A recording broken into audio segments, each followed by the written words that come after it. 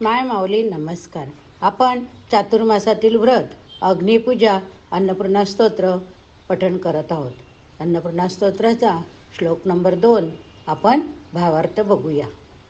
नाना रत्न विचित्र भूषण करी हेमांबडांबरी मुक्ताहार विलंमान विलसद वक्षोज कुंभांतरी काश्मीरा गुरुवासिता रुचिकरी काशीपुराधीश्वरी भिक्षां देहि कृपावलंबन करी माता अन्नपूर्णेश्वरी.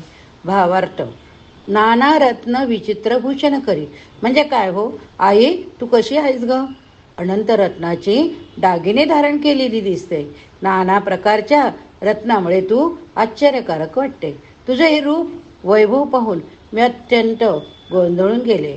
तुझ्या वैभवानं मी मोहित होतो. हेमांब डांबरी सोन्याचं जिचं सिंहासन आहे अशा तुझ्या शंकराचार्यांना कौतुक का वाटावं बरं? जिनं विश्व निर्माण केलं तिचं सिंहासन जर सोन्याचं असेल तर त्यात आश्चर्य ते कसलं बरं? सुवर्ण तैजन म्हणजे काय? तर सुवर्ण म्हणजे तेज, सुवर्ण म्हणजे तेज. भिक्षम देई म्हणजे काय हो? तर शंकराचार्य मागत आहेत. याचा महान अर्थ शंकराचार्यांनी अनेक जन्म तपश्चर्येत व्यतीत केले. तुझ्यावर त्यांनी प्रेम केलं, त्यामुळे ज्यांना अधिकार प्राप्त झालेला आहे अशा शंकराचार्यांनी मागितल्यावर त्यांना दिल्याशिवाय तुझी सुटकाच नाही.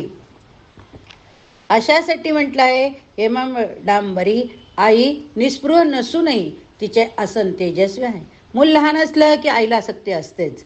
आपल्याला लहान व्हायचं की मोठं हे आपण ठरवूया.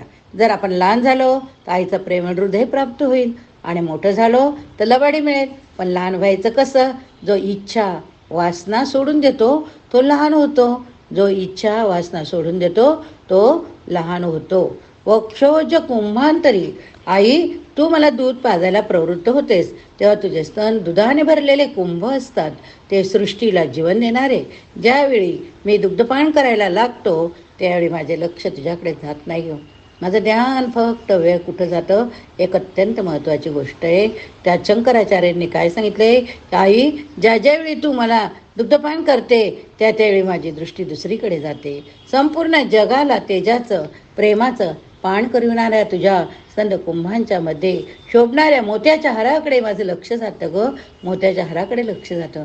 साऱ्या जगाचं पोषण करणाऱ्या वक्षस्थळावर तुझ्या वक्षस्थळावर रोळणाऱ्या मुक्ताहारांच्या ठिकाणी मी जेव्हा तल्लीन होतो त्यावेळी मी दुग्धपान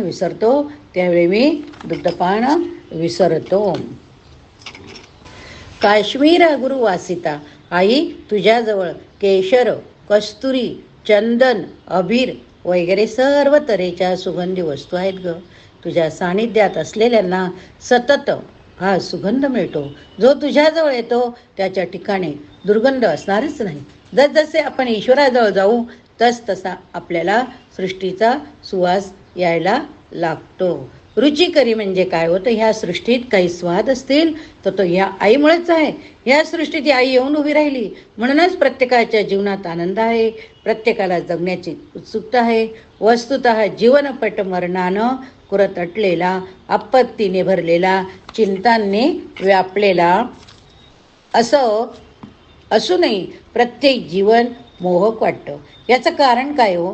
तर आई तू ह्या सृष्टीत येऊन राहिली त्यामुळे प्रत्येक वस्तूला स्वाद निर्माण झाला. म्हणूनच आपण ज्यावेळी स्वयंपाक करतो त्यावेळी जर स्तोत्र श्लोक पठण करून किंवा मनातल्या मनात बोलून जर आपण स्वयंपाक केला तर स्वयंपाक हा अन्नपूर्णेचा एक वेगळाच स्वाद होतो. ज्यांनी ईश्वराला संसारात आणलं त्यांचा संसार गोडच होतो.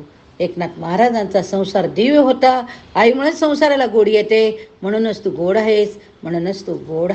बोला अन्नपूर्णा माता की जय.